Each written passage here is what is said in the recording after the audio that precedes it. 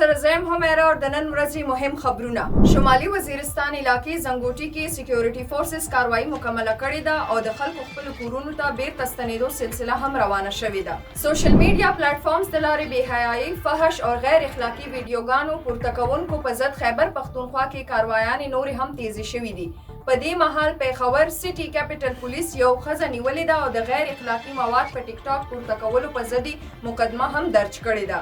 خیبر پښتونخوا اسمبلی کې د پنجاب له طرفه صوبه کې د غنمو فراهمي باندې بندیز په اړه اپوزیشن او حکومت دریځ یو شوی چې پنجاب د غنمو سپلای بحال نه کړه نو پښتونخوا له طرفه ګیس او بجلی په بندولو باندې به غور کیږي. خیبر پښتونخوا په ټوله صوبه کې اجرت 4000 روپۍ زیاتولو منځوري ورکړې ده او اعلامیه هم جاری کړې ده چې میاشتې اجرت د 14000 روپو نه 40000 روپو ته رسیدلی دی. په ټول پاکستان کې د افغان کډوالو د خپل وطن ته بیرته ستنېدو سلسله روانه ده. د خیبر پښتونخوا داخله او قبایلي چارو محکمې ویلي دي چې د صوبې مختلف علاقو نه نور 2491 افغان کډوال خپل وطن ته د تورخم په لاره ستانه کړي شوي دي چې پکې 246 غیر قانوني توګه میاشته وو.